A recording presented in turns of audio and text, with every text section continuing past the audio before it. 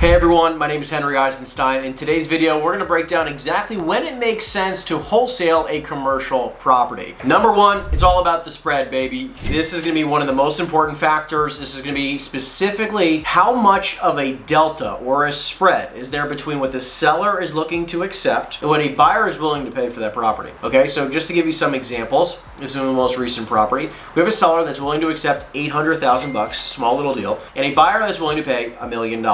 Okay, so this is going to be our first example. This is a deal that we're working on as of right now. In this specific example, the seller's willing to agree to 800 grand and the buyer's willing to pay $1 million. That's a $200,000 spread or a delta, right, between the two numbers. And you want to convert that into a percentage ratio against what the seller is willing to accept. So what you're going to do with this spread is that you're going to take this $200,000 and then divide it into the purchase price, our purchase price, okay, as the wholesaler. So in this instance, 200 grand divided into 800,000, which is 25%. Now, this is an incredibly important metric because this first metric you're going to come up with, which is again the delta, this percentage ratio, is going to give you the biggest indication whether it's even worth our time to dive into the remaining factors of this decision. Because if this spread, like 6% or less, don't even consider it. Matter of fact, if it's about 8% or less, I probably still wouldn't do it. Just because your spread is just too thin and you'll make basically the same money, if not more money, if you just broker the deal with a company like EXP, where, if you take 6% and you pay, and you're capped out, you basically make 100%. So there's really no reason to wholesale it if I'm going to net the same or maybe more if I'm just going to broker it. My typical cutoff is 10%. So if there's a minimum of 10% in spread, I will even remotely consider wholesaling. And I'll get to exactly where there's some nuances where that doesn't make sense or does make sense in a moment, but it's incredibly important to realize that 10% is our minimum metric for the sake of this video. So if you have any deals that you're reviewing and the very first metric you do is like, okay, well, the seller's willing to accept 800 grand and a buyer's willing to pay 850, that's not 10%, so you probably should just broker the deal. And I'll even share with you a story. You might think you're going to make 10%, and all of a sudden a concession comes through from the buyer. Let's just say the buyer's willing to pay 880, which is 10% more than the 800, like we just talked about. In this scenario, they go through due diligence and they find some issue with the roof. Okay, the roof has to be replaced, and the roof came back as an estimate of $30,000. This is the cheapest estimate you can possibly get. Guess what? Now the buyer is going to come back and ask for a credit of, let's say, 30 grand. The seller maybe had told you at some point the roof needed to be redone and say, hey, listen, you said it was as is. I'm not giving a credit. I need to net 800,000 or I'm not selling it. So now you have a decision to make. Do I either lower my fee from 80K to 50K, which by the way, you still have closing costs, which we'll talk about. Like there's cost to wholesaling. So you're gonna end up netting maybe 35K on this deal if you're lucky. There are some instances where even 10% might not make sense on these smaller deals, where obviously much larger transactions where you're talking about spreads that can be hundreds of thousands, if not millions of dollars. I have a much larger deal that I'm currently in contract in. The property is $18 million and I'm choosing to flip it for $20 million. Now, we just talked about this. I want a 10% spread at an absolute minimum. The reason why I share this with you is because in this instance, the same thing could happen. The roof could need to be replaced, and the roof in this instance could be $2 million.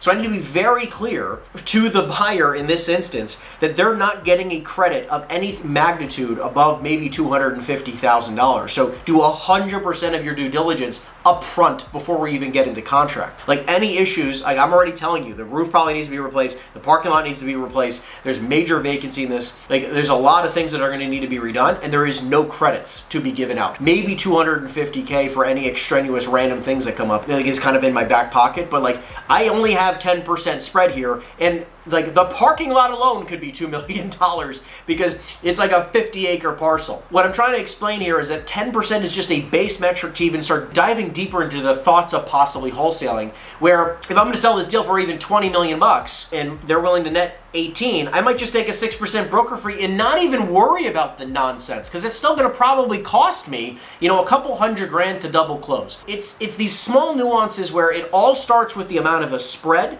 where again, baseline is 10% before you even start considering even wholesaling it. Okay, step 2. Let's say the spread makes sense. The next part about this is the seller willing to agree to reasonable terms? Let's talk about what reasonable terms are. If you're going to be wholesaling a property, it's incredibly incredibly important that the seller is open to giving you a decent time for due diligence, a decent amount of time for closing, right? Getting your loan, supposedly, your buyer getting their loan. And then also that they're not requiring you to give you a massive deposit. So the deal that we're working on for $800,000 is only requiring a $10,000 deposit. Okay, which is fantastic. About a 1% deposit is always a good thing from a seller if they agree to it. On the $18 million deal, they also are open to doing a 1% deposit. Wonderful news. Because the seller needs to have very agreeable terms. Where if a seller is saying, listen, 800 grand deal, I need $75,000 deposit, I need a close, due diligence of 3 weeks, and I need you to close in a week later, like a 30-day close. This instance would make it very, very difficult for you to wholesale the property, where it might just make sense for you to broker it, make a little bit less money, but not have the risk of something happening during this time frame and trying to meet these types of time frame standards, okay? And the last thing you want them to be agreeable on is contingencies. It's very important that the seller is open to you having a decent amount of contingencies. So let me explain a few. The first contingency you're going to want them to have is for inspections. You can say contingent upon all inspections, or you can say specifically contingent upon environmental, structural, and mechanical inspections. The second thing you're going to make it contingent upon is financing. Contingent upon obtaining financing. Next, contingent upon reviewing all financials and leases if necessary. I want to look over a T12. I want to look over rent rolls. I want to see the leases in writing. I want to see copies of all these items,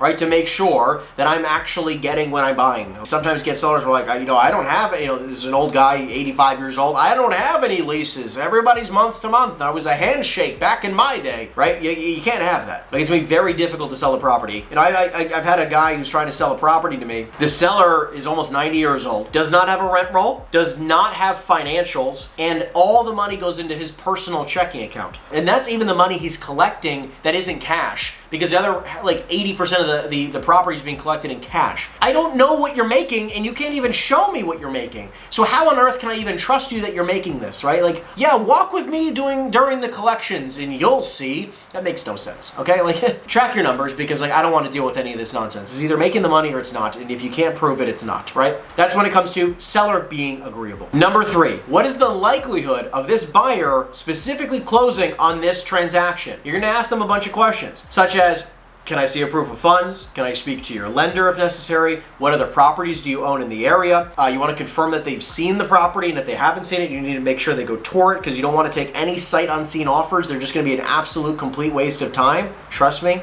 Specifically when it comes to the proof of funds, you want to ensure that they have more than enough money for like 50% down. Because there's been some instances where we have checked their bank statements and they show that as a proof of funds. Let's use this example for the 800 grand deal. For an $800,000 deal, which I'll be flipping it to them for $1 million, at $1 million, they're probably going to need roughly 35 to 40% down, because the financing is going to be a little tough, because the building is about half occupied. So the rents are very, very low. So you're going to have to put substantially more money down. It might even be 50%. So if I go and look at his financials, okay, and I have a phone call into our lender. I'm waiting to hear back of exactly the clarifications, because we're basically about to go under contract, and I just want to clarify these things before we get nuts with this. If you look at somebody's proof of funds and they only have, let's say, 20% of the down payment, there is no way on planet Earth. They're like, oh, well, I'll raise the rest of the money. No. I need to see that today. Like, I'm not just trusting you that you're going to be able to raise it, and then you're going to claim that you can't raise it, and you're not going to be able to do the deal, right? It's like, I want to see at least 50% in your checking account. So 50% down. So on $1 million deal, I want to see at least $500,000 in your checking account, right? I want to be able to see that you can close on this deal with ease, okay? Unless you can have me speak to your lender, and your lender confirms that they can do it with 35% down. But if they only have 10 or 20% of what's required, it's obviously not going to be a reasonable deal, especially when they say, listen, I'm going to raise the money, blah, blah, blah. I don't want to hear that you're going to raise the money. That means you don't have the money, right? And I have to hope and pray that you have the ability to go raise money. And now look, if they hypothetically own 10 other properties in town, and I can see that through, looking through the tax records, I'm going to be a little bit more lenient. If they say, listen, I raise money for these deals, it's not a problem, right? Especially if they own, let's say, 100 units, right? And they own 10, a bunch, let's just say a bunch of, or a dozen, or 10 or 15 smaller multifamily properties, and this is another small multifamily property, I'm not going to feel so weird about it. But if they own one other property in town or none, I'm gonna feel really weird about it, right? I'm like, this is clearly not, making sense here, right? If it doesn't sound right, it probably doesn't make sense, okay? Number 4, your buyer must be willing to agree to terms that align with your seller contract. On this $800,000 deal that we're flipping for $1 million, okay, our deposit is 10 grand. So my buyer is gonna have a minimum deposit of 25 grand because I want them to be able to cover my deposit if something happens, plus my attorney fees, and then a little bit of profit for myself, right? So my attorney fee might be like 4 or 5 grand, right? And then I'm gonna make 10 grand in profit. I wanna make sure that they have a substantially larger deposit than I do. So on the $18 million deal, well, I have a $180,000 deposit that I have to put down. What I need to make sure is that my buyer is gonna be putting down something like $500,000. I mean, ideally, I'm gonna try to get them to put down $1 million, but we'll see. First part is just the deposit. Next is going to be making sure that your due diligence on your seller contract, okay, let's say the $800K deal, we're partners in this, okay? Our due diligence is 60 days. This is always willing to agree to 60 days of due diligence. My buyer must have less than 60 days. And I like to do like something like 45 days where it's not like 59, where like they missed it by 1 day and all of a sudden we're gonna have an issue. No, I want like 45 and 60 or maybe 50 and 60. I want at least a 10-day buffer. Ideally, I've done 5, but those were with people that I trusted. But less than 5 is very, very scary. Then when it comes to your closing time frames, same exact thing on this deal. We have a 60-day closing time frame. I'm gonna go to my buyer and make sure they can do about 45 or less. In this instance, they actually were willing to agree to a 30-day due diligence and a 30-day close. Wonderful news. Next, they must be willing to agree to the same or better contingencies, right? Or same or less contingencies. They either have equal contingencies or less contingencies, okay? They can't have more strict contingencies that I have. So let me give you an example. If I say, contingent upon, let's say, environmental inspections. I can't have my buyer say contingent upon environmental, mechanical, and structural, because if there's a structural issue that isn't environmental, obviously, then I'm going to be stuck holding the bag, right? So we need to make sure their contingencies line up with ours. So if they're saying something like, if ours says not contingent upon obtaining financing, so I was like, look, I don't want it to be contingent upon you getting a mortgage. You said it was cash. Well, I said like, look, I understand we're not going to actually pay cash, but it won't be contingent upon us getting a mortgage. No problem. You don't have to worry about that. If I then go to the buyer's like, listen, I need a mortgage and I need to make sure that it's contingent upon me getting a mortgage, we're going to have a really tough time getting this deal across the board. So you want to make sure they have equal or less contingencies than your seller contract. Next, you must make sure that your seller contract also stipulates that it says next to your name, right, it would be for me, Henry Eisenstein, and or an LLC assigned. So you want to have the ability to assign the contract, because don't get me wrong, I double close every one of my wholesale deals. I am a principal. I don't typically assign any of mine because our fees are so large where like I don't need the buyer making any stink about it or the seller making any stink about it. Like, I don't need to have that type of issue. I like to double close in all of my transactions where like I am the principal. I have the ability to close if I choose to. If my buyer doesn't want to close on it, I'll take it home. No problem, right? Like thanks, no problem at all. That you want to just make sure in a worst case scenario, you have the ability to assign the contract to a different LLC if necessary. So let's say I put it in my name, and most of the time, by the way, in my seller contract, it'll say my LLC, like 123 Main Street LLC, and or an LLC assigned. And I'll have that specifically because let's say I'm looking to take this down. That's one of my personal LLCs that I do all these wholesale deals with. And let's just say for whatever reason the buyer doesn't want, can't close at the very end. We're a week before closing. I then need to have the ability to then transfer it into an LLC because like the current LLC has it's a parent company. I need to then transfer it into a different LLC where I might even need to create a new LLC with a partner who wants to do the deal with me, right? If hypothetically I got to come up with like this $18 million deal, I'm gonna have to come up with probably $9 million to close, maybe $10 million to close. Okay, between closing costs and everything else. I don't have $10 million in cash, by the way. Okay, so I'm gonna have to raise some substantial money. I'll probably have to raise at least 9 of the $10 million, right, to do the deal. If we end up having to close on this transaction, right? Or I might kill the deal, but then again, hopefully I can take the deposit from my buyer, like we talked about, and they might take my deposit, right? So I can make a little bit of money there. And lastly, you want to make sure that the buyer is open and willing to use your title company. This is not a make or break, but it is so much easier. It's way more streamlined if you can get your buyer to use the same title company as you're currently using. And number 5, confirm your closing costs with your attorney. It is very important that you pay attention to the fact that you might be paying between 1 and 3% in closing costs, which is why even a 10% spread sometimes is too thin. Confirm all the closing costs with your attorney, right? Like, I'm not claiming to be an attorney. I would definitely make sure you talk to an attorney before you do anything like I'm talking about, right? When it comes to wholesaling or everything else, make sure you speak to an attorney and you understand